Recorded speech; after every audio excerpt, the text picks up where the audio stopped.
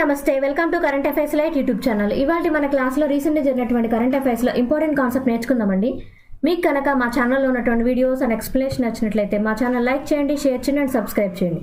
Welcome to current affairs light YouTube channel. ఇవాళ మన concept వచ్చేసి ఫస్ట్ వన్, ఇండియా మన దేశం తరపు నుంచి భారత్ పర్వ్ అనేటువంటి ప్రోగ్రామ్ని ఆర్గనైజ్ చేయబోతుంది అండ్ దీనికి సంబంధించినటువంటి కొన్ని న్యూస్ అనేది మనం ఇప్పుడు చూద్దాం. సో భారత్ పర్వ్ ఏదైతే ఉందో అది ఎక్కడ నిర్వహించబోతున్నారంటే రీసెంట్గా జరగబోయేటువంటి కేన్స్ ఫిలిం ఫెస్టివల్ అనమాట. ఇది 77వ జరగబోతుంది. ఈ యొక్క కేన్స్ ఫిలిం ఫెస్టివల్ ఏదైతే ఉందో అది అందులో మన భారతదేశం తరపు నుంచి భారత్ పర్వ్ అనేటువంటి ఈవెంట్ని మన భారతదేశం తరపున ప్రోగ్రామ్ని జరిగించబోతున్నారు. దీనికి సంబంధించినటువంటి విశేషాలు ఏంటి? సో ఇక్కడ భారత్ పర్వ్ అని ఏదైతే చెప్తున్నారో అది మన దేశం నుంచి మొట్టమొదటిసారి, అది కూడా ఈ కేన్స్ ఫిల్మ్ ఫెస్టివల్ అంటే ప్రపంచంలో ఉన్నటువంటి చాలామంది హాలీవుడ్ నుంచి బాలీవుడ్ నుంచి అన్ని దేశాల నుంచి కూడా ఈ సినిమా రంగంలో నిష్ణాతులైనటువంటి వ్యక్తుల్ని గౌరవించేటువంటి ఒక వేదిక అనమాట.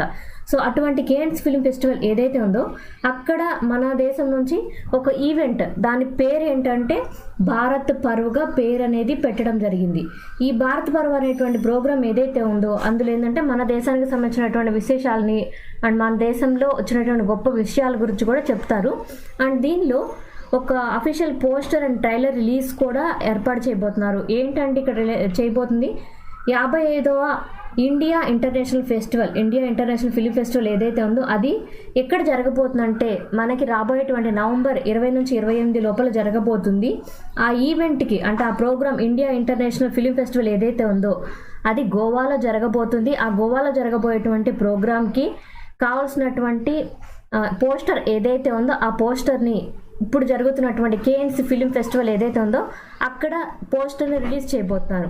అండ్ దాంతోపాటు ఈ భారత్ పర్వ్ ప్రోగ్రాంలో భాగంగా ఒక సేవ్ ద డేట్ అనేటువంటి ఈవెంట్ని ఆర్గనైజ్ చేయబోతున్నారు. అంటే సేవ్ ద డేట్ అనేటువంటి ప్రోగ్రామ్ ఏదైతే ఉందో దానికి సంబంధించినటువంటి పోస్టర్ని అండ్ దానికి సంబంధించినటువంటి ట్రైలర్ ఏదైతే ఉందో దాన్ని కూడా రిలీజ్ చేస్తారనమాట.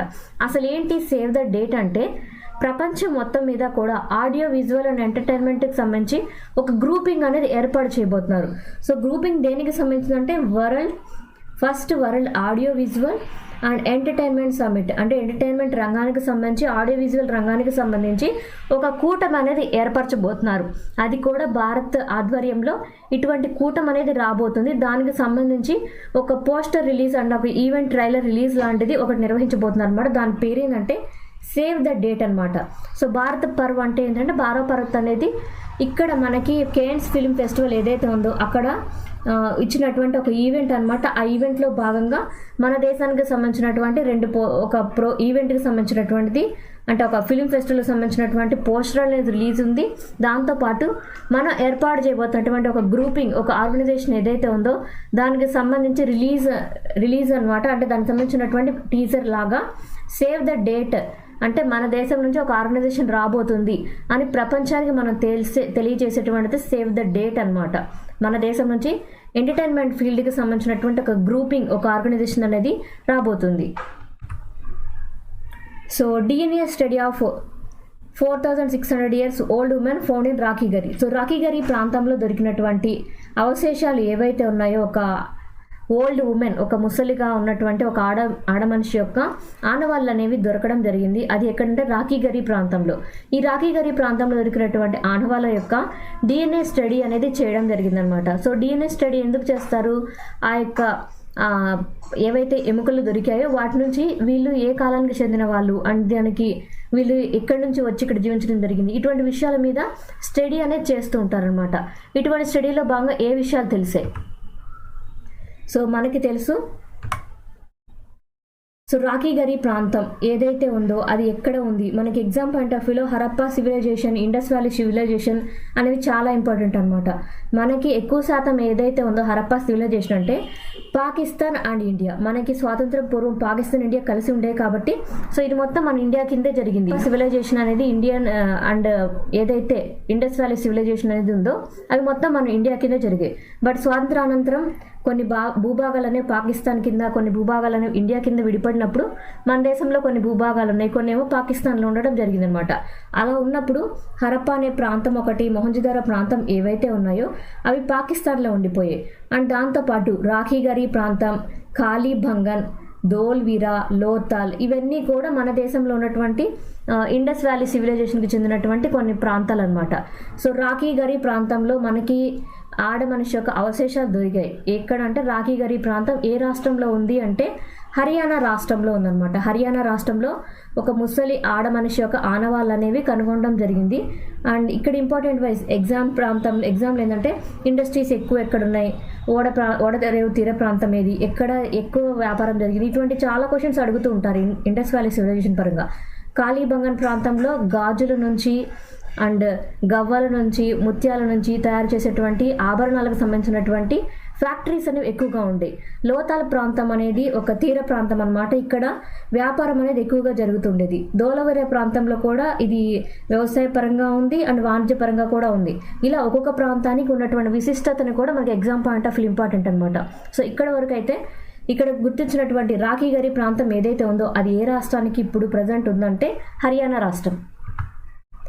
అండ్ ఇప్పుడు వరకు ఎక్కువ శాతం ఈ హరప్పా సివిలైజేషన్కి సంబంధించినటువంటిది అంటే హరప్పా నాగరికతకు సంబంధించినటువంటి ఆనవాళ్ళు కనుగొన్నప్పుడు ఎక్కువ ప్రాంతం స్కెలిటన్స్ అనేవి అంటే అస్థిపంజరాలు అనేవి ఎక్కువగా ఎక్కడ కనుగొన్నారంటే ఈ యొక్క రాఖీ గరి ప్రాంతంలో అనమాట. సో ఇక్కడ కనుగొన్నటువంటి రాఖీ గరి ప్రాంతంలో కనుగొన్నటువంటి ఆనవాళ్ళు ఏవైతే ఉన్నాయో వాటిని చాలా విధాలుగా స్టడీ చేసినప్పుడు మనకి మన పూర్వీకుల గురించి అంటే ఇక్కడ మనకి హరప్పా సివిలైజేషన్ అనేది మన దేశానికి చెందిందా కాదా, వేరే దేశం నుంచి వలస వచ్చి మన దేశంలో జీవించారా, ఇటువంటి వాటి గురించి చర్చించడం అనేది మనకి ఎప్పటి నుంచో జరుగుతుందన్నమాట. సో హరప్పా సివిలైజేషన్ అనేది మన మొట్టమొదటి నాగరికతగా మన భారతదేశం గర్విస్తుంది.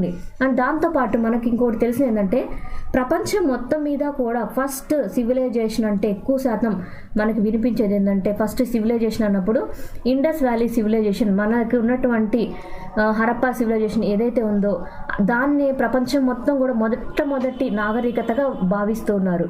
బట్ దాని గురించి కూడా ఎక్కడి నుంచి వచ్చింది అనేది క్వశ్చన్ మనకి ఇప్పటికీ ఉందన్నమాట. అండ్ ఇప్పుడు దొరికినటువంటి ఉమెన్ యొక్క అవశేషాలు ఏవైతే ఉన్నాయో వాటిని డిఎన్ఏ అనాలిసిస్ చేసినప్పుడు మనకి కొన్ని ఆసక్తికరమైనటువంటి విషయాలు తెలిసాయి అనమాట.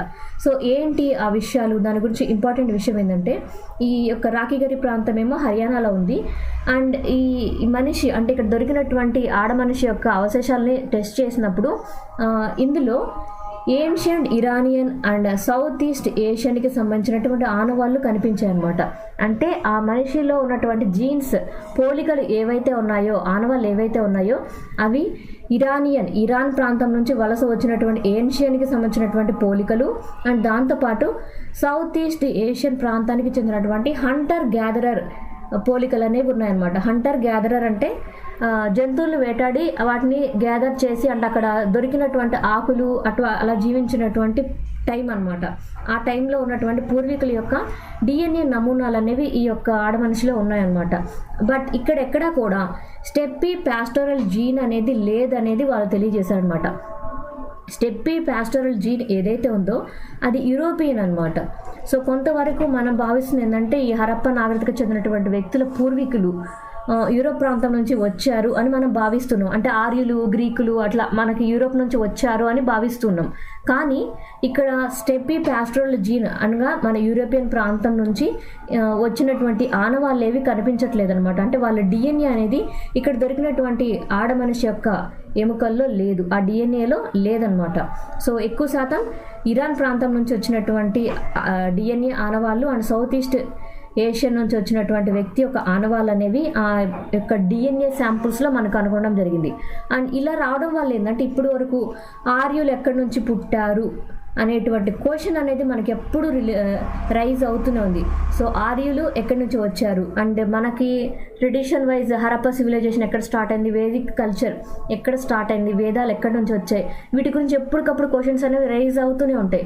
వాటన్నిటిని కూడా మళ్ళీ మార్చాల్సినటువంటి అవసరం అనేది రాబోతుంది అనమాట. మనం ఎందుకంటే గ్రీకుల నుంచి వచ్చారు పూర్వీకులు అనే వాళ్ళు, మనకి ఆర్యులు ఇక్కడ నుంచి వచ్చారు అలా భావిస్తున్నాం. బట్ ఇప్పుడు ఇవి అసలు యూరోపియన్ ప్రాంతానికి చెందింది కాదు అన్నప్పుడు మన మనకి ఇంకొకసారి వాటన్నిటిని గురించి మళ్ళీ చర్చించాల్సినటువంటి అవసరం అనేది వచ్చిందనమాట. సో ఇక్కడ ఎగ్జాబిషన్ సైట్ ఏదైతే ఉందో అక్కడ మౌండ్ 7 ప్రాంతంలో, అంటే దిబ్బ అనమాట, 7వ మౌండ్ ప్రాంతంలో ఒక ఎగ్జాబిషన్ సైట్ ఏదైతే ఉందో అక్కడ తవ్వకాలు జరిపినప్పుడు నియర్లీ 57 వరకు కూడా అస్థిపంజరాలు అనేవి లభించడం జరిగింది. సో DNA ఆనవాళ్ళ ద్వారా కొన్ని విషయాలు వెలుగులోకి వచ్చాయి. సో రాఖీగరి ప్రాంతంలో, ఎక్కువ శాతం రాఖీగరి ప్రాంతంలోనే ఈ యొక్క అస్థిపంజరం యొక్క ఆనవాళ్ళు అనేవి కనుగొనడం జరిగింది. సో లేటెస్ట్గా ఆడమనిషి యొక్క ఆనవాళ్ళు ఎక్కడ కనుగొన్నారు అంటే రాఖీగరి ప్రాంతం ఎక్కడ ఉంది అంటే హర్యానా రాష్ట్రం. Thank you for watching my video. మీకు కనుక నా వీడియోని ఎక్స్ప్లెనేషన్ నచ్చినట్లయితే నా వీడియోస్ లైక్ చేయండి, షేర్ చేయండి అండ్ సబ్స్క్రైబ్ చేయండి. మీకు నా వీడియోస్ ఏ విధంగా అనిపిస్తున్నాయో నా కామెంట్ సెక్షన్లో తెలియజేయండి. Thank you for watching my video. Thank you.